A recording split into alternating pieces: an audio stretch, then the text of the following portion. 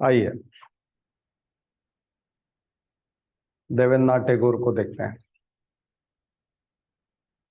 ब्रह्म समाज में आने से पहले वो कलकत्ता में तत्व रंजिनी संस्था चलाते थे। कभी कभी ऐसे सवाल आ जाते हैं कि इससे पहले कौन सी संस्था का नाम था। बाद में 1839 में तत्व बोधिनी सभा, और पत्रिका का नाम भी तत्व बोधिनी पत्रिका है। तो इनका जो मैगजीन है उसका नाम है तत्व बोधिनी पत्रिका और तत्व बोधिनी सभा, और इनका स्कूल है तत्व बोधिनी स्कूल। तत्व का बोध, तत्व बोध काफी इंपॉर्टेंट वर्ड है ये, तत्व बोध। तत्व बोधिनी है, इसका मतलब है कि इस वर्ड पे जाइए। अगर आप फिलोसॉफी पढ़ रहे होते तो तत्वबोध को समझ जाते हैं। तो जो 25 तत्व माने गए हैं, सांख्य दर्शन की बात करते हैं हम लोग, योग दर्शन की बात करते हैं तो 25 हो जाते हैं। योग में ईश्वर को 25वां तत्व माना गया है। ईश्वर, दरअसल ये तो आप पढ़ लोगे, लेकिन यहां मैं ये बताना चाहता हूं कि ये तत्वबोध होता क्या है। तो काफी फिलोसॉफिकल चीज है। तो जो तत्व है, जैसे हम बोलते हैं पंच तत्व का शरीर है, पंच तत्वों से बना है, 5 पदार्थों से मिलकर बना है। तो इसका बोध हो जाना कि ये मिट्टी में मिल जाएगा, मिट्टी का बना हुआ है, इसका बोध हो जाना यानी मृत्यु का बोध होना, और आत्मा की अमरता का बोध होना। इसमें से आत्मा निकल जाएगी और वो अमर है, वो नहीं मरती है। शरीर मरता है, शरीर तत्वों का बना हुआ है। और सांख्य दर्शन जो है केवल पदार्थ वाले तत्वों की बात करता है। योग दर्शन उस 25वें तत्व से जोड़ने की बात करता है जो ईश्वर है, उसको भी वो तत्व मानता है। तो जो तत्वबोध की साधना होती है, जिसमें तत्वबोध कराया जाता है, ध्यान होता है, कई सारे मेडिटेशन है जो तत्वबोध का मेडिटेशन कराते हैं। वो यही बोलते हैं कि आप सब कुछ अपने शरीर को ढीला छोड़ करके बैठ जाइए। अब आप सोचिए कि सब कुछ समाप्त हो रहा है, अब आपका संबंध तत्वों से समाप्त हो रहा है, अब आप तत्वों से अलग हो रहे हैं एक एक करके। ऐसा करके वो आपको बिल्कुल हल्का कर देते हैं। तो जो समस्याएं होती है वो हमको लगती नहीं। जैसे एक आदमी मर गया, मान लीजिए डेथ हो गई। अब जैसे अतीक अहमद पे तो बहुत सारे केस थे, उसको फांसी भी होनी थी, न जाने कितनी बार अदालतों में खड़ा होना था, लेकिन अब वो मर गया, उसके बाद तो वो सारे समस्या समाप्त हो गई, खत्म हो गया मामला। अब तो कोई केस बाकी नहीं है उसका, अब तो किसी अदालत में नहीं जाना, अब तो उसको वकील भी नहीं करना, उसका तो काम समाप्त। देखा जाए तो उसके लिए तो बहुत आसान हो गया, अगर अध्यात्म की दृष्टि से देखें तो। फिलोसॉफी की दृष्टि से देखें तो उसको तो मुक्ति मिल गई ना सब तरह की चीजों से। यातना तो तब मिलती कि जब वो बोल तो रहा ना, मिट्टी में तो मिल गया, अब रगड़े जा रहे हैं मिट्टी में, अब हमको रगड़ा जा रहा है एक जगह से दूसरे। वो तो रोज मर रहा था ना, घुट घुट के मर रहा था, उसने उसको मौत दे के तो खत्म कर दिया। वो मौत से भी बेहतर स्थिति थी उसकी। बीमारियां अलग लगी हुई थी, इलाज प्रॉपर नहीं हो पा रहा है, जेलों में घसीट रहे हैं इधर से उधर, अहमदाबाद, कभी यहाँ, हर पल गोली चलने का डर, हर पल मौत का डर। तो तत्वबोध जो है इन सबसे जीते जी मुक्ति दे देता है, रिलैक्स कर देता है आदमी को। फिर उसको कहीं आना जाना कुछ नहीं, कोई प्रीलिम्स मेंस इंटरव्यू कुछ नहीं बिल्कुल फ्री महसूस करता है वो उसको बोलते हैं तत्वबोध। तो अब ये तत्वबोधिनी पत्रिका, तत्वबोधिनी संस्था, वहां ऊपर तत्व रंजिनी, आ गया समझ में? तो इसका मतलब आप जो देवेंद्रनाथ टैगोर है उनकी स्थिति को समझ सकते हैं, आध्यात्मिक स्थिति को समझ सकते हैं। वो वेदों से और उपनिषदों से प्रभावित था। तत्वबोध की साधना उपनिषदों से निकली है। उपनिषद बताते हैं तत्वबोध के बारे में, गीता बताती है तत्वबोध के बारे में। तुम क्या लेकर आए थे, क्या छोड़ के जाओगे, सब यहीं से, यानी तत्वों से ही तो मिलके बने हो। वापस तत्वों में मिल जाओगे, पंच तत्व में विलीन हो जाओगे। वो आ गया समझ में? तत्वबोध, जिसको ये बोध हो जाता है, जिसको ये ज्ञान हो जाता है, और जिसको लगने लगता है कि हाँ ये तो ये है, मुझे परेशान होने की जरूरत नहीं है, तो उसको बोलते हैं कि इसे तत्वबोध हो गया है। आगे समझ, बोध होना मतलब रिकॉग्निशन, एलिमेंट्स का, 5 एलिमेंट्स का recognition, recognition to 5 elements, important 5 elements. बाकी एलिमेंट्स तो 25 है। उसमें 25th कौन सा नंबर का है? ईश्वर, गॉड। इसलिए उसको योग बोला गया। योग प्लस, 24+1, प्लस मीन्स योग। इसलिए योग दर्शन है। पतंजलि ईश्वर को ले आते हैं कि ये तो सांख्य दर्शन तो केवल शरीर की बात कर रहा है, आत्मा की बात, ईश्वर कहाँ है? आखिर हमको मिलना किससे है? आखिर हम ये एफर्ट लगा क्यों रहे हैं? तो योग दर्शन बोलता है कि हमें उससे मिलना है, इसलिए हमको व्यायाम करना है, इसलिए हमको ये आसन करना है, इसलिए हमको प्राणायाम करना है, इसलिए हम खाने पीने में ये ख्याल रखेंगे, इसलिए हम घूमने फिरने जाएंगे, क्योंकि हमें ईश्वर से मिलना है। आया समझ? तो योग के लिए एक पॉइंट और चाहिए ना। आप तो चल पड़ोगे, लेकिन पहुंचोगे कहां पर? डेस्टिनेशन भी तो होना चाहिए। ओरिजिन और डेस्टिनेशन दोनों होना चाहिए। तो 24 एलिमेंट्स तो केवल ओरिजिन की बात करते थे, आपकी बात करते हैं, आखिर पहुंचोगे कहाँ? कनेक्शन किससे बिठाओगे? इसलिए वो तत्वबोधिनी पत्रिका का लेवल, अब आप उनका लेवल समझ जाएंगे तो समझ में आ जाएगा। ठीक है। और इन्होंने तत्व, स्कूल का नाम भी तत्वबोधिनी रखा, पत्रिका का नाम भी तत्वबोधिनी रखा। अब आप देवेंद्रनाथ टैगोर को और तत्वबोधिनी को कभी नहीं भूल सकते। आगे समझ। इसलिए जब भी कभी तत्वबोध की बात आएगी कहीं पर भी, तो वो देवेंद्रनाथ टैगोर होंगे। इसका मतलब उनका जो स्पिरिचुअल लेवल था वो काफी ऊंचा था। और इन्हीं देवेंद्रनाथ टैगोर से बाद में विवेकानंद प्रभावित हुए थे। और विवेकानंद को यही देवेंद्रनाथ टैगोर लेके गए थे रामकृष्ण परमहंस के पास। अब आ रहा समझ? तो रामकृष्ण परमहंस को तत्वबोध बहुत अच्छे से हो चुका था, तभी तो वो काली को माँ माँ मानते थे और उनके साथ भोजन करते थे। आगे समझ, ये है, पूरा कनेक्शन बैठ जाएगा। तो टैगोर ने अपने विचार के लिए तत्वबोधिनी नाम की एक पत्रिका भी निकाली, पत्र निकाला। और देवेंद्रनाथ टैगोर 1838 में ब्रह्म समाज के सदस्य बने। 1848 में ब्रह्म समाज के प्रधान भी बन गए, प्रमुख भी हो गए वो ब्रह्म समाज के, क्योंकि राजा राम मोहन राय जा चुके थे।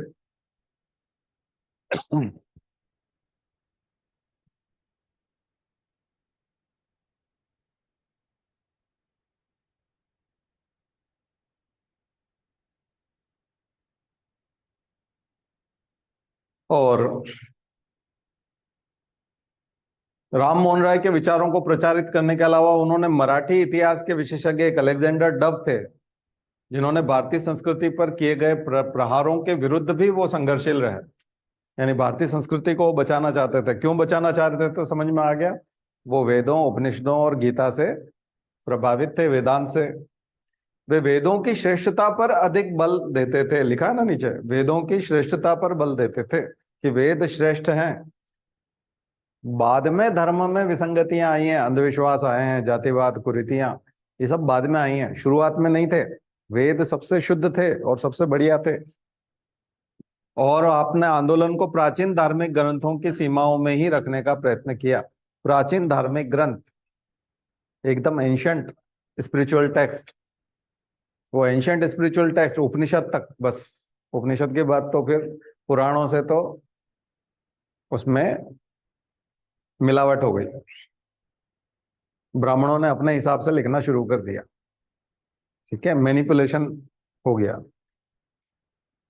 लेकिन उससे पहले वाले शुद्ध थे सारी चीजें। आ गया समझ में? तो देवेंद्रनाथ टैगोर बहुत इंपॉर्टेंट फैक्टर है, इनको समझिएगा। ये टैगोर फैमिली यहां से शुरू हो जाएगी। ठीक है। और आपको बताया था टैगोर ठाकुर, ये ठाकुर का अपभ्रंश था, क्योंकि ठाकुर बोलने में दिक्कत आती थी ना अंग्रेजों को, इसलिए वो टैगोर हो गया। ठाकुर, टैगोर, ठाकुर, तो टैगोर हो गया। ऐसे ही, जैसे बेंगलोर हो गया, मैंगलोर हो गया, ये सारे नाम जो अंग्रेजों ने डाले, LORE जो बन गया था, ये था नहीं, वो था बेंगलुरु ही। उनसे बोला नहीं जाता था, इसलिए वो बेंगलोर बोल देते थे।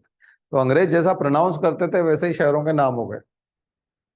मैसूरू तो मैसूर, मैसूर हो गया मैसूर, क्योंकि वो उनने स्पेलिंग उन्होंने बनाई ना इंग्लिश में, तो इंग्लिश नाम। और खास करके स्टेशनों पर पहली बार किसी ने अपने शहर का नाम, पहले तो शहर का नाम कहीं लिखा हुआ होता ही नहीं था, और सबसे पहले अगर लिखा हुआ कभी शहर का नाम आया तो स्टेशन पे जो बोर्ड बनता है कि ये कौन सा स्टेशन है, तो वहीं पर सबसे पहले इंग्लिश में नाम लिखा जाता था, तो वही नाम हो गया। इसलिए सागर को देखो, अभी अब सागर की स्पेलिंग सागोर है। सागर की स्पेलिंग देखे कि नहीं? हमारा नीमच की स्पेलिंग देखो, नीमुच है, नीमुच ऐसा लगता है, नीमुच है, तो वो अलग ही स्पेलिंग है उसका। तो वो अंग्रेजों के डाले हुए स्पेलिंग है सारे। तो उसमें आप देखोगे कि पूरा महू, MHOW, वो महू हो गया। MHOW का होता है तो उसका मिलिट्री हेडक्वार्टर ऑफ वॉर, तो उसके सबके फुल वो थे, एक्रोनिम थे। ये सब एक्रोनिम बना बना के उन्होंने शहरों के नाम रख रख दिए। ठीक है ना? तो बहुत सारा तो अपभ्रंश हम लोगों ने कर दिया, और बहुत सारा अंग्रेजों ने कर दिया। तो जो इंग्लिश नेम है वो इंग्लिश में है। बाकी सहस्त्र बाहु का मंदिर को हमने सास बहू का मंदिर कर दिया। सहस्त्र बाहु बोलते आता नहीं था, हजार हाथों वाले, सहस्त्र बाहु मतलब, सहस्त्र मतलब हजार, और बाहु मतलब आर्म्स, तो 1000 आर्म्स, तो वो तो आप बोल नहीं सकते, तो सास बहू कर दिया। हमारे यहाँ के गांव के लोग गए होंगे, उन्होंने कहा सास बहू नहीं, नहीं सास बहू है। तो सास बहू का मंदिर तो अब आप देखोगे कई जगह पर सास बहू के मंदिर है। वो जितनी भी जगह सास बहू है, उदयपुर में, भोपाल में, ग्वालियर में और खजुराहो में, कहीं पे भी जहां जहां सास बहू बोला जा रहा है उसका मतलब है सहस्त्र बाहु, भगवान विष्णु। इसका मंदिर है भगवान विष्णु, सास बहू का नहीं है। तो अभी किताबों में भी ये लिखा रहता है, मध्य प्रदेश टूरिज्म वाला भी छापेगा कि आप हमारे यहाँ आइए और सास बहू का मंदिर देखिए। अब हमको लगता है कभी कभी अब तो सुधार लो भाई। कुछ अंग्रेज कर गए इंग्लिश में, कुछ हम लोगों ने, हमारे गांव के लोगों ने देशी भाषा में वो कर दिया। ऐसा करके पूरा देश उसी से चल रहा है। दोनों ही गलत है। कुछ इंडियन तो बनाओ, अपना इंडियन नेस लेके आओ। ठीक है, तो गलतियां तो बहुत है। बहुत सारी गलतियां हैं। इतिहास को आप इसको पढ़ोगे तो इस दौरान आपको खूब मजा आएगा। भयंकर गलतियां।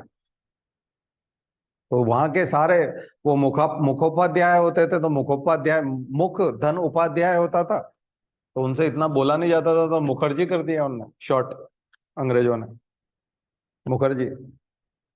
बंदोपाध्याय थे तो बनर्जी कर दिया, वो बनर्जी हो गया, ममता बनर्जी जैसे। तो वो बनर्जी, वो बंदोपाध्याय कौन? जनगण मन वाले, क्या नाम है? हाँ, बंकिम चंद्र चट्टोपाध्याय, वो चट्टोपाध्याय थे तो चटर्जी हो गए। चट्टोपाध्याय को चटर्जी कर दिया, बंदोपाध्याय को बनर्जी कर दिया, मुखर्जी कर दिया उसको, मुखोपाध्याय को। तो जिनके सबके नाम के आगे उपाध्याय लगता था, और जो ब्राह्मण थे, तो ये जितने भी बनर्जी, चटर्जी, मुखर्जी, ये सारे सारे ब्राह्मण हैं और उपाध्याय हैं। क्या है? उपाध्याय। तो बंगाल में सरनेम का इंग्लिश ना, क्योंकि अंग्रेज सबसे पहले वहीं आए थे ना, कोलकाता में, क्लाइव, प्लासी। अंग्रेजों ने पहले आया तो 300 सालों से बिगाड़ रहे, इसलिए वो आज तक नहीं सुधर पाए। हमारे इधर ज्यादा झंझट नहीं है। नहीं तो ठाकुर को टैगोर कर देते, तो राजस्थान में सारे ठाकुर टैगोर ही लगा रहे होते। तो टैगोर मतलब ठाकुर, तो इंग्लिश सरनेम है टैगोर, अंग्रेजों का बनाया हुआ सरनेम, असली में टैगोर नहीं है। अंग्रेज ऐसा बोलते थे, और पहली बार अंग्रेजी में उनका नाम लिखा गया, छपा, छापे खाने ने, प्रिंटिंग प्रेस ने इंग्लिश में ही टैगोर छापा, क्योंकि वो ठाकुर नहीं बोल पाते थे, तो जैसा बोलते थे वैसे ही छापते थे। मजेदार है। इसलिए आप यूपी के भी कुछ जगहों के नाम जो है वो अंग्रेजों के हिसाब से देखोगे। यूपी में भी है, उन्नाव है, या वो जो नहीं बोल पाते थे, अवध को औध बोलते थे, OUDH, अवध होता है ना वो, तो वो औध बोलते थे। अवध बोलने में अवध तीनों अलग अलग करके बोलने में दिक्कत होता, औध, औध। तो आप इंग्लिश में जब पढ़ोगे ना, तो OUDH लिखा है, जबकि अवध का मतलब तो AVADH होना चाहिए ना, अवध। तो OUDH क्या होता है? औध, क्योंकि उसको अवध बोलना आता ही नहीं है। तो राम जो है वो ओध के हैं या अवध के हैं? हाँ, ओध हो गया। ऐसे पूरा तराई वाले को तेराई, हम लोग बोलते हैं तराई क्षेत्र, वो टेराई बोलते हैं। तो जिस चीज को वो जैसा प्रोनाउंस करते थे वैसा आपको ज्योग्राफी में मिलेगा, इंग्लिश मीडियम के, वैसा हिस्ट्री में मिलेगा, उनके प्रोनाउंसिएशन के हिसाब से। अंग्रेजों के वो चले गए, लेकिन अपना वो छोड़ गए छाप। अब बदल तो मुसलमान वाला तो बदल लोगे, अब अंग्रेजों वाला कैसे पकड़ोगे? उसके लिए तो महाराज जी जैसे लोग पढ़े हुए भी नहीं है ना उस टाइप के, तो उनके वो समझ में भी नहीं आना नहीं है। तो इसलिए मुसलमान जिसमें बाद लगा, इलाहाबाद लगा है, अहमदाबाद लगा है, उसको सीधा पकड़ लेंगे, क्योंकि ये तो अहमद और इलाहा और ये तो सब मुसलमान लगते हैं। तो उन उन चीजों को तो पकड़ रहे हैं, लेकिन अभी क्रिश्चियन वाला पकड़ने में अभी 100 साल और लगेंगे इनको। तो इसलिए सारे नामकरण जो है 100 साल तक हिंदू राष्ट्र ऐसे आसानी से बनना नहीं है। क्योंकि दिल्ली में तो आप बोलोगे हडसन लेन, चेम्बरलेन, फलाना लेन, ये लेन, वो लेन, किंग्सवे कैंप, सारे जगहों के नाम जो है अंग्रेजों के नाम पे, गवर्नर जनरल के नाम पे है। सारे नाम वैसे ही हैं। खास करके मुखर्जी नगर के आसपास जब जाओगे, मुखर्जी नगर खुद अंग्रेजी का मुखर्जी हो गया, मुखोपाध्याय नगर थोड़ी है। उसके वहां जाओगे तो किंग्सवे कैंप है। और गुरु तेग बहादुर को जीटीबी नगर, तो जीटीबी रेलवे स्टेशन मेट्रो का, तो जीटीबी स्टेशन ही लिखते हैं। अब जीटीबी क्या होता है? गुरु तेग बहादुर है, पर वो सब लोग जीटीबी बोलते हैं उसको। इंग्लिश में सब शॉर्ट हो गया। पूरा दिल्ली इंग्लिश और उर्दू का है, हिंदी का नामो निशान ही नहीं है। 99% इंग्लिश और उर्दू है। अब आप पूरे दिल्ली को बदल दोगे तो खुद ही अपनी जगह को नहीं पहचानेंगे कि अच्छा ये है क्या। अब किंग्सवे कैंप को आप बोलोगे सदाशिव राव नगर या महादेव शिव नगर या ऐसा, तो वो बोले किंग्सवे कैंप तो ठीक था, लेकिन सदाशिव राव या फलाना राव या शिव, महादेव शिव, इसको बोलें कैसे? क्योंकि महादेव शिव जैसा तो कुछ है नहीं, वो तो किंग्सवे कैंप बोलते हैं उसको। पूरा पूरा इंग्लिश है। अंग्रेज रहे दिल्ली में, ठीक है। तो ये वो जमाना था जब बंगाल, कोलकाता और कलकत्ता, इसलिए कैलकाटा, वो तो कैलकाटा बोलते थे, हम हिंदी में कलकत्ता बोलते थे। वो था काली के ऊपर, दक्षिणेश्वर की काली मंदिर की वजह से कालिका। अब वो कोलकाता कर दिया उसका, कोलकाता भी तो गलती है। काली के ऊपर था वो, माँ काली के ऊपर था। तो ना तो कलकत्ता से आता है, ना कलकत्ता से आता है, ना कोलकाता से आता है। काली कहाँ गई? वही काली मंदिर, दक्षिणेश्वर वाला, रामकृष्ण परमहंस वाला। आ गया समझ में? तो बड़ा मजेदार है। इसलिए आप जब नव दुर्गा वाला वो देखते हो या दुर्गा पूजा होती है, तब काली का मंदिर बनाते हैं बंगाली लोग सारे, काली की पूजा होती है। वो है। चलिए, तो आपने कभी सोचा नहीं होगा हिस्ट्री इस तरह से पढ़ सकते हैं कभी? हाँ, हिस्ट्री की एक एक चीज में जो है आपको इतिहास की गहराई समझ में आएगी। फिलॉसफी है उसके पीछे, केवल ये नहीं है। आइए केशव चंद्र सेन को देखते हैं। यंग बंगाल मूवमेंट, और केशव चंद्र सेन ब्रह्म समाज के सदस्य 1857 में बने। नवयुवकों को आकर्षित करने के लिए उन्होंने यंग बंगाल पर लेख प्रकाशित किए। वैसे यंग बंगाल तो उसका है, हेनरी विवियन डेरोजियो का। ब्रह्म समाज के 1861 में पूर्ण प्रचारक बन गए और बैंक की नौकरी उन्होंने छोड़ दी। और भारतीयों की शिक्षा के लिए उन्होंने एक an appeal to the British nation, एक आर्टिकल लिखा, जिसकी प्रतियां इंग्लैंड में वितरित की गई। 1861 में ही उन्होंने संयुक्त प्रांत के अकाल पीड़ितों के लिए एक सहायता कोष बनाया, यानी कि रिलीफ फंड बनाया। तभी समाज सेवा ब्रह्म समाज का मुख्य कार्य बन गया। इसका मतलब केशव चंद्र सेन की एंट्री के साथ वो केवल एक स्पिरिचुअल इंस्टीट्यूशन नहीं था, ऑर्गेनाइजेशन नहीं था, बल्कि क्या हो गया? सोशल सर्विस का भी माध्यम बना। सोशल सर्विस होने लगी इसके साथ साथ। केशव चंद्र सेन ने इंडियन मिरर नाम की एक पत्रिका निकाली, जो भारत में सामाजिक और राजनीतिक सुधारों के लिए महत्वपूर्ण सिद्ध हुई। 1862 में ब्रह्म समाज के मुख्य आचार्य बन गए और स्त्रियों की स्थिति को सुधारने के उद्देश्य से वाम बोधिनी पत्रिका, यहां तत्व बोधिनी से वाम बोधिनी, वाम का मतलब होता है महिला, बेटर हाफ, यानी कि लेफ्ट, वाम का मतलब होता है लेफ्ट। तो हमेशा धार्मिक कार्यों में महिला को लेफ्ट में बिठाया जाता था, राइट साइड में नहीं बल्कि लेफ्ट में, दिल की तरफ। ठीक है, लेफ्ट, लेफ्ट साइड में बिठाते हैं महिला को, इसलिए उसको वाम बोलते हैं, वामिका। इसलिए महिलाओं की पत्रिका होती है ना, फेमिनिस्ट लोग जो किताब निकालते हैं उसका नाम होता है वामिका। तो वामिका नाम क्यों होता है? तो वाम शब्द को पकड़ो, जैसे वहां तत्व को पकड़ा था। वाम का बोध हो जाना यानी महिला का बोध होना, यानी उसकी इज्जत करना कि वो भी कुछ है। तो केशव चंद्र सेन के यहाँ से शुरू हुआ, ईश्वरचंद विद्यासागर के वहां जाकर के पल्लवित हुआ, पुष्पित हुआ वो विचार। इससे पहले वाले लोग भगवान की बात कर रहे थे, समाज की बात कर रहे थे, राजा राम मोहन राय अलग तरह से बात कर रहे थे, लेकिन ये बिल्कुल अलग है। ये फेमिनिस्ट मूवमेंट की शुरुआत है एक तरह से।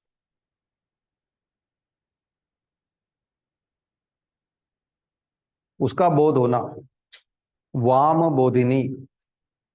हमेशा वाम का मतलब समझ जाइएगा, वाम का मतलब महिला, फेमाइन।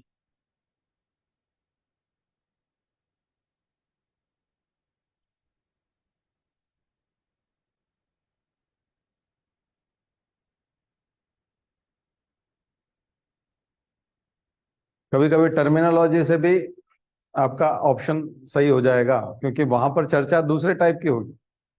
हो सकता है आपको वाम बोधिनी पत्रिका का नाम याद ना है, वाम बोधिनी याद ना है, लेकिन वहां जब चर्चा चल रही होगी, मेरी बात याद रहेगी, तो आप केशव चंद्र सेन को समझ पाओगे।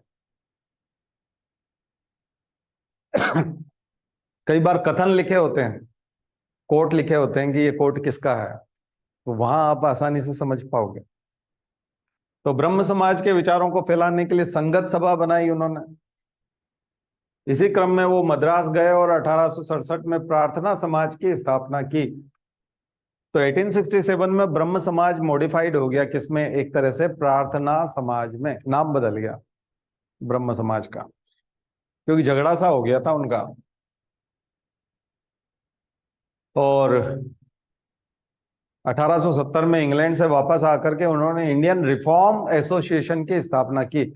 इसका उद्देश्य था स्त्री शिक्षा और उनका उद्धार, महिलाओं की शिक्षा और उनका उद्धार, यानी कि रिफॉर्म। केशव चंद्र सेन किसी विशेष धर्म के समर्थक न थे। एक ईश्वर, ब्रह्म में विश्वास और मानव समाज का कल्याण उनके जीवन का आदर्श था। और यदि उन पर अधिक प्रभाव किसी धर्म का था तो वो वैदिक धर्म का था। वेदों को तो सभी लोग मानते थे, वैदिक धर्म को कोई नहीं नकारता है, क्योंकि वेदों में कोई झंझट है ही नहीं, साइंस है पूरा का पूरा। जैसे कोई ऑक्सीजन की बात करे, तो मुझे नहीं लगता कि ऑक्सीजन सिलेंडर की बात करो, ऑक्सीजन की बात करो, है ना। डॉक्टर अगर बोले कि इसको ऑक्सीजन की जरूरत है, तो मुसलमान आ जाएगा, नहीं नहीं ये इस्लाम के खिलाफ है, आप ऑक्सीजन नहीं दोगे। या सिख आ जाएगा, ईसाई आ जाएगा। तो जिस तरह से ऑक्सीजन की बात होती है, और वो पूरी तरह से सेक्युलर है, ऑक्सीजन पूरी तरह से धर्मनिरपेक्ष है, क्योंकि उसका कोई लेना देना नहीं। किडनी का इलाज, किडनी ट्रांसप्लांट करना बिल्कुल सेक्युलर चीज है। ठीक वैसे ही वेद थे। हवा चल रही है, हवा चलाने वाले देवता को प्रणाम, थैंक यू गॉड, आप हवा चला रहे हो जिससे हम सांस ले पा रहे हैं, बस यही तो है, स्तुति है बस, रिक्वेस्ट है। रिक्वेस्ट यदि पूरी हो गई तो थैंक्स का भाव है, थैंक्स गिविंग है, बात खत्म। और उसकी तारीफ है कि हवा कितनी शीतल है, कितनी ठंडी है, कितनी सुखी है। हवा नहीं होती तो क्या होते, हवा है तो हम हैं। इसलिए जिसने भी हवा चलाई, आप धन्यवाद के पात्र हैं। स्तुति है, प्राकृतिक चीजों को धन्यवाद दिया गया है और उनकी तारीफ की गई है, श्लोक के माध्यम से, मंत्र के माध्यम से। बस, कोई झंझट ही नहीं है धर्म का, कौन मना करेगा उसको? कोई मना नहीं कर सकता। फल बड़े स्वादिष्ट हैं, ये तो सेक्युलर बात है ना, कि आम बड़ा स्वादिष्ट होता है, फल बड़े स्वादिष्ट होते हैं, टेस्टी होते हैं। ये तो सेक्युलर चीज है, इसमें सिख को क्या ऐतराज है, इसमें ईसाई को क्या ऐतराज है? इसलिए वैदिक, ये वैदिक धर्म है। हवा बहुत अच्छी है, फल बहुत अच्छे हैं, पानी बहुत ठंडा है और बहुत शीतल है, और पानी ठंडक प्रदान करता है। और ऐसी गर्मी में हमें ठंडक प्रदान करने के लिए धन्यवाद, हम प्रणाम करते हैं आपको। बात खत्म। प्रणमामि, नमामि, हर जगह यही शब्द है, प्रणमामि और नमामि। स्तुति, थैंक यू ओनली, और प्रेज किया गया। तो वैदिक से किसको प्रॉब्लम है? अगर ऐसी बात लिखी गई है किसी किताब में, तो उस पर झगड़ा कैसे हो सकता है? उसका जुलूस निकालने की क्या जरूरत है? उसमें अंधविश्वास की भी संभावना नहीं है। इसलिए वेद श्रेष्ठ हैं, वेदों में कोई झंझट नहीं,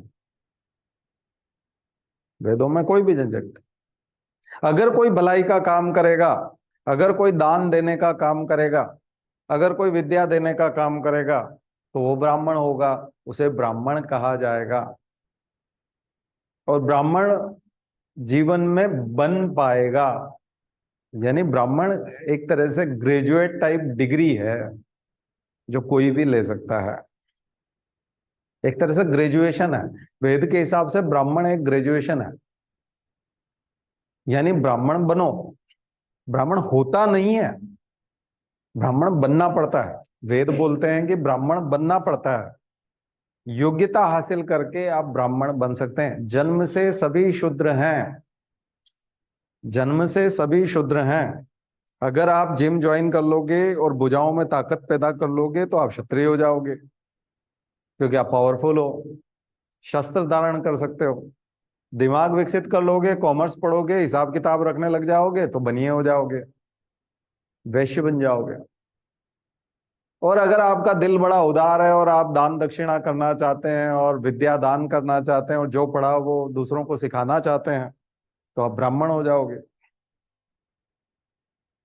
और अगर आप इन तीनों में से कुछ भी नहीं कर सकते और केवल केवल खेती करना चाहते हो, पशुपालन करना चाहते हो, लकड़ी का काम करना चाहते हो, चमड़े का काम करना चाहते हो, मिट्टी का काम करना चाहते हो, धातुओं का काम करना चाहते हो, जिसमें न भुजाओं की ताकत लगती, न दिमाग लगता है, न इतना विद्या अध्ययन करना पड़ता है, तो तब आप शूद्र कहलाओगे।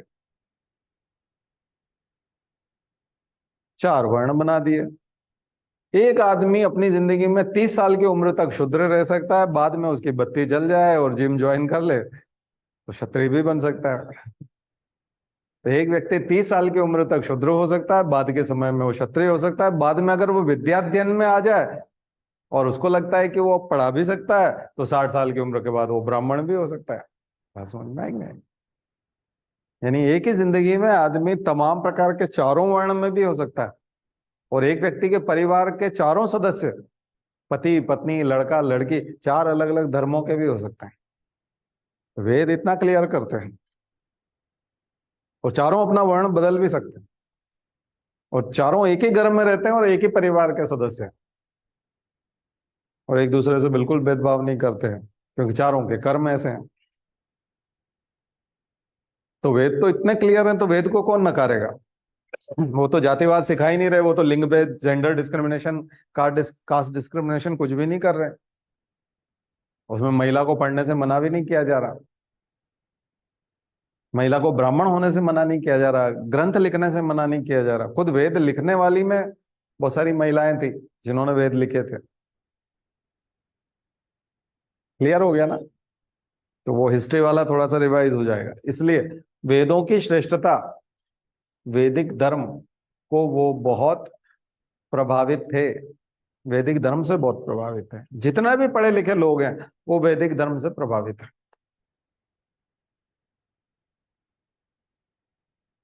ठीक है। एशिया मैसेज टू यूरोप में उन्होंने कहा, मैं एशिया का बालक हूं, इसके दुख मेरे दुख हैं, तथा इसकी संपूर्ण प्रसन्नता है मेरी प्रसन्नता है। एशिया एक कोने से दूसरे कोने तक एक बड़ा घर है, एक राष्ट्रीयता है, एक परिवार है, अखंड भारत। आरएसएस का अखंड भारत का कंसेप्ट कि पूरा एशिया ही एक परिवार है।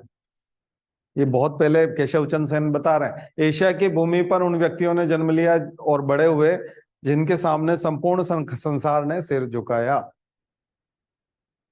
क्योंकि बाकी जो क्षेत्र थे, अफ्रीका, अमेरिका, साउथ अमेरिका, वहां तो ट्राइब्स थी और वो केवल जंगलों में रहते थे। यहीं के लोग एशिया के ऐसे थे जो ग्रंथ लिखते थे, पढ़ते थे। लिखाई पढ़ाई तो यहीं पे थी ना पूरी दुनिया में, एशिया में। महान धर्मों की उत्पत्ति, जिन्होंने करोड़ों व्यक्तियों को जीवन और मोक्ष प्रदान किया, एशिया में ही हुई। एशिया में ही सारे धर्मों का जन्म हुआ है। आप देख लीजिए एशिया। उनका रुख अधिक रेडिकल यानी मूल परिवर्तनवादी था। उन्होंने ब्रह्म समाज को नियमबद्ध किया और उसका नवीन संस्करण किया। वो ब्रह्म समाज को हिंदू धर्म से अलग ले जाना चाहते थे। अभी क्या हो रहा था कि वो भजन पूजन उस टाइप से होना शुरू हो गए थे ना। हर शनिवार को कीर्तन होने लगे थे, जय राम, श्री कृष्णा हरे राम, इस टाइप के। तो वो थोड़ा सा हिंदू धर्म हो गया था, जबकि वैदिक धर्म में राम कृष्ण नहीं थे, ध्यान रखिए। हिंदू धर्म में राम कृष्ण विष्णु और ये सब आ जाते हैं। वेदों में ये झंझट नहीं है। वेदों में भगवानों के नाम नहीं है। वेदों में व्यवस्थापकों के नाम है, मैनेजर है। तो इंद्र भी मैनेजर है और तमाम देवता व्यवस्था करने वाले हैं, सेवा देने वाले, सर्विस प्रोवाइडर्स। सर्विस प्रोवाइडर्स को थैंक यू बोला गया है और उन्हें देवतुल्य कहा गया है, क्योंकि वो कुछ न कुछ देते हैं। देवता देना, गिविंग, क्योंकि वो गिव करते हैं, देते हैं, इसलिए देवता हैं, देवतुल्य हैं, देने वाले। सर्विस प्रोवाइडर को देवता कहा गया है। और भगवान मान करके पूजा करना मतलब तो स्वामित्व, ओनरशिप स्वीकार करना कि हम आपके नौकर हैं। तो वो तो स्लेवरी जैसा है, हम आपके दास हैं, तो स्लेवरी जैसा है। तो स्लेवरी वाला भाव वहां नहीं है, वहां थैंक यू का भाव है।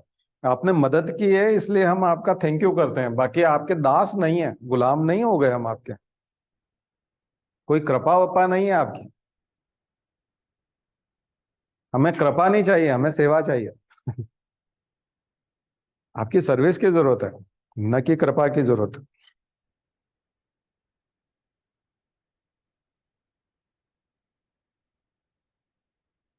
क्लियर? तो बराबरी का भाव, ये क्लैरिटी आ जाएगी तो आपको समझ में आ जाएगा। तो हिंदू धर्म से जब वो अलग करना चाहते थे तो इसके ऊपर उनका बहुत विरोध हुआ और ब्रह्म समाज का विभाजन हो गया। देवेंद्रनाथ टैगोर का गुट आदि ब्रह्म समाज हो गया, क्योंकि वो देवताओं की तरफ ले जाना चाहता था, हिंदू धर्म की तरफ ले जाना चाहता था, तो आदि ब्रह्म समाज हो गया। और दूसरा, केशव चंद्र सेन का जो गुट था वो चूंकि नया विधान बना रहा था, तो भारतीय ब्रह्म समाज हो गया। तो केशव चंद्र सेन ने प्रार्थना समाज भी बनाया और भारतीय ब्रह्म समाज भी बना दिया।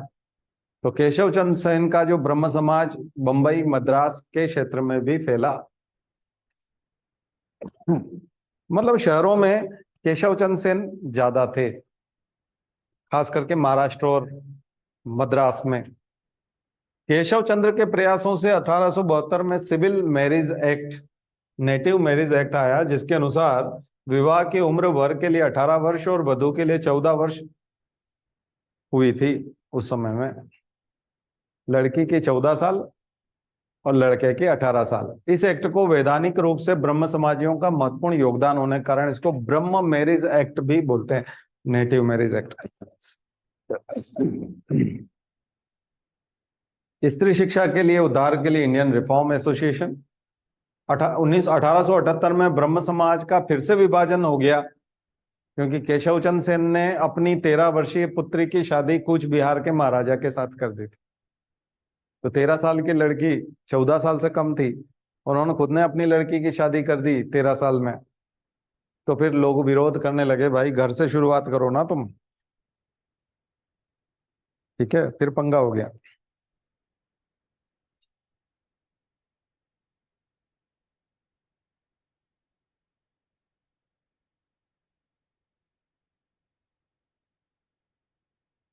बहुत डीप में क्वेश्चन आता है घुमा फिरा के थोड़ा सा, इसलिए मैं इस तरह से पढ़ा रहा हूँ।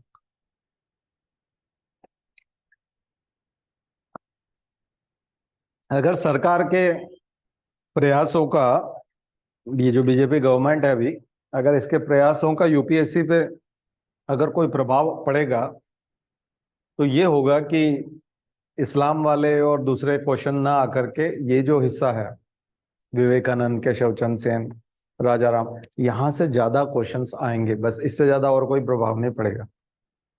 तो इसलिए सरकार, हो सकता है इस हिस्से से 4 या 5 क्वेश्चन आए, केवल धार्मिक चीजों से, वेदों से, उपनिषदों से, इससे, इस जगह से। और अगर यहां से ज्यादा क्वेश्चन आए 5 के आसपास, चार चार भी आ गए, तो समझ लीजिए कि बीजेपी ने यूपीएससी पे प्रभाव डाल दिया है। वो यही कर पाएंगे, इससे ज्यादा और कुछ नहीं कर पाएंगे, क्योंकि इतिहास तो बहुत ज्यादा अभी बदलना संभव नहीं है। बस ये इतना कर सकते हैं कि उस हिस्से के क्वेश्चन कम कर दें, इस हिस्से के क्वेश्चन बढ़ा दें, ताकि बच्चे आने वाले समय में इन हिस्सों को ज्यादा, पर ये भी हिंदू धर्म के अगेंस्ट ही है देखा जाए तो क्योंकि इसमें भी, सब में हिंदू धर्म को ही कबर खो दी गई है उसी की। ठीक है, तो ये है। मार्च 78 में, 1878 में आनंद मोहन बोस, शिवनाथ शास्त्री, द्वारिकानाथ गांगुली, अनेक, वो जो गंगोपाध्याय थे वो सारे गांगुली हो गए। ठीक है, गंगोपाध्याय उनको गांगुली लिख दिया। इसलिए कई बार किताबों में आप देखोगे मुखोपाध्याय, चट्टोपाध्याय, बंदोपाध्याय, गंगोपाध्याय, ऐसे सरनेम भी मिलते हैं साथ में, तो उसका मतलब ये है। इसलिए सौरव गांगुली है ना, रूपा गांगुली जो द्रौपदी बनी थी, और ये द्वारिकानाथ गांगुली, तो गांगुली फैमिली आपको बंगाली। ठीक है, उनसे अलग होकर के उन्होंने साधारण ब्रह्म समाज बनाया, जिससे बाद में सुरेंद्र नाथ बनर्जी जुड़े, कांग्रेस वाले। इस समाज की सदस्यता, अब ये शुरुआत देखो, 1885 में कांग्रेस की स्थापना हो गई और ये 1878 आ गया। गांधी जी भी 9 साल के हैं तो 1878, ये वो समय है कि जब सुगबुगाहट चल रही होगी ना उधर, कांग्रेस जैसी। हालांकि वो बाद में हुई, लेकिन फिर भी ये लीटन का समय है। Lytton, Indian arms act, vernacular press act 1878, ये वो वाला टाइम है। तभी तो आप आनंद मोहन बोस को और उनको देख रहे हो, आनंद मोहन बोस और वो। उधर अमृत बाजार पत्रिका, एबीपी न्यूज, बताया था ना आपको। एबीपी न्यूज का मतलब क्या है, जो टीवी चलता है एबीपी न्यूज, अमृत बाजार पत्रिका, वही वाली जो वर्नाकुलर प्रेस एक्ट में बंगाली से इंग्लिश में हो गई थी। आ गया समझ? तो इसलिए समय देखा करो यार, कि हो क्या रहा है। 1878 मतलब क्या समय चल रहा है, वायसराय कौन है इस समय, विवेकानंद कितने साल के हैं इस समय, रविन्द्रनाथ टैगोर कितने साल के रहे होंगे इस समय में, गांधी जी कितने साल के हैं, गांधी जी 9 साल के, रविन्द्रनाथ टैगोर 15 साल के, वो विवेकानंद 63 के हैं, 66 के रविन्द्रनाथ टैगोर, और 69 के गांधी जी। तो 69 में जन्म, 66 में जन्म, 63 में जन्म, तो सबके जन्म याद रखो। और जब भी किसी घटना को देखो, तब इन सब महापुरुषों को देखो कि ये कितने साल के रहे होंगे तब ये हुआ होगा। तो सबको साथ में बड़ा होने दो, तो एक मूवी चलती हुई दिखेगी आप, पूरा हिस्ट्री नहीं है ये, पूरा परिदृश्य दिखना चाहिए, पूरा भारतीय परिदृश्य। इस समय में बाल गंगाधर तिलक क्या कर रहे थे, पैदा हो गए थे तो कितने साल के थे, लॉ कौन कौन कर रहा था, तब आपको महाराष्ट्र में फिर वही प्रार्थना समाज और वो महादेव गोविंद रानाडे और वो सब दिखेंगे ना। नहीं तो कैसे देखोगे? अलग अलग थोड़ी है। थोड़ा पंजाब में देखो, पंजाब में क्या चल रहा था। थोड़ा दिल्ली में देखो क्या सुगबु घाट थी, क्योंकि दिल्ली राजधानी तो 1911 में गई ना। उससे पहले तो सब कुछ यहीं से चल रहा था, कोलकाता से, यानी बंगाली केंद्र था। लेकिन फिर भी दिल्ली तो इम्पोर्टेंट थी ही, मुगल बादशाह की वजह से। पहले से ही इम्पोर्टेंट थी। मुगल बादशाह तो खत्म हो गए, लेकिन पहले से ही इम्पोर्टेंट लाल किला था सत्ता का केंद्र। ठीक है ना। तो ये सब पूरे भारत को देखने की कोशिश करो मॉडर्न हिस्ट्री में। अंबेडकर का जन्म इस समय में हुआ नहीं है। तब ये सब हो रहा था। 1875 में क्या क्या हो गया था? सर्व वो वाला गुलामगिरी, और सत्यशोधक समाज की स्थापना हो गई थी। 1875 में आर्य समाज की स्थापना हो गई थी। 1875 में अलीगढ़ आंदोलन आ गया था, सर सैयद अहमद खां का। तो तीनों चीजें 1875 में हो गई। तो 1875 के बाद ये 1878, मतलब ये क्रांति का समय है। मुसलमानों में भी, सिखों में भी, हिंदुओं में भी, बंगाल में भी, महाराष्ट्र में भी, पंजाब में भी। तीन बड़े केंद्र हैं, महाराष्ट्र, पंजाब और बंगाल। तीन जगहों को आपको लेके चलना है। और फिर सबसे ज्यादा पंजाब में प्रभाव डालेंगे आर्य समाज। उन्हीं के स्कूल हैं, डीएवी स्कूल और डीएवी कॉलेज, पूरे पंजाब में। चाहे वो लाहौर हो, चाहे वो अमृतसर हो। लाहौर शिक्षा का केंद्र था, अमृतसर धार्मिक केंद्र था। लाहौर शिक्षा का केंद्र था, लाहौर यूनिवर्सिटी दयानंद सरस्वती से प्रभावित थी पूरी तरह से। आर्य समाज, आर्य समाजी लोग, लाहौर उसका केंद्र था, आर्य समाज का। आया समझ? ऐसे ये इस समय को पहचानो, बहुत ही इंपॉर्टेंट है। और इन सब का काम था, केवल सदस्यता उनको दी जाती जो मूर्ति पूजा विरोधी होते थे, जाति प्रथा विरोधी होते थे, और नारी मुक्ति के समर्थक थे, यानी महिलाओं के फ्रीडम को मानते थे। उन्हीं लोगों को इसकी सदस्यता लेते थे, मेंबरशिप। बाकी इसमें नहीं आ सकते थे, यानी कि जो बिल्कुल अल्ट्रा मॉडर्न थे उस जमाने में, मॉडर्न ख्यालात के लोग थे, उनको एक स्कूल भी बनाया जिसका नाम बाद में सिटी कॉलेज ऑफ कलकत्ता बना, वो कलकत्ता बना। इस समाज ने बंगाली में तत्व कौमुदी, वो आ गया तत्व। फिर कौमुदी का मतलब होता है कलेक्शन, कलेक्शन। तत्व कौमुदी यानी तत्वों पे बात करने का संग्रह। इसलिए संस्कृत में बहुत फेमस किताब है संवाद कौमुदी, डिस्कशन संग्रह, कलेक्शन ऑफ डिस्कशंस। ठीक है। शब्दों से बहुत फर्क पड़ता है। अगर मीनिंग वाकई में पता होंगे ना आपको, तो बहुत आसान हो जाएगा, ये रटना नहीं पड़ेंगे। नहीं तो फिर आप कहोगे अच्छा संवाद, तत्व कौमुदी थे, तत्व रंजीनी था, तत्व बोधिनी था, मतलब क्या झंझट है, कौन सा है, कंफ्यूज हो जाते हैं। अभी अब आपके दिमाग में कोई किसी प्रकार का कोई कंफ्यूजन नहीं। ठीक है। और ब्रह्मो पब्लिक ओपिनियन, इंग्लिश में था ब्रह्मो पब्लिक ओपिनियन। तो ये थोड़ी सी डेमोक्रेसी वाली, पब्लिक ओपिनियन से डेमोक्रेसी वाला भाव आ रहा है, आ रहा है कि नहीं? हाँ, यानी कि freedom of speech, public opinion, लोगों का मत। और साप्ताहिक पत्रिका संजीवनी, संजीवनी 1888 में, 1888 में ब्रह्म बालिका स्कूल, लड़कियों के लिए स्कूल बना, गर्ल्स स्कूल।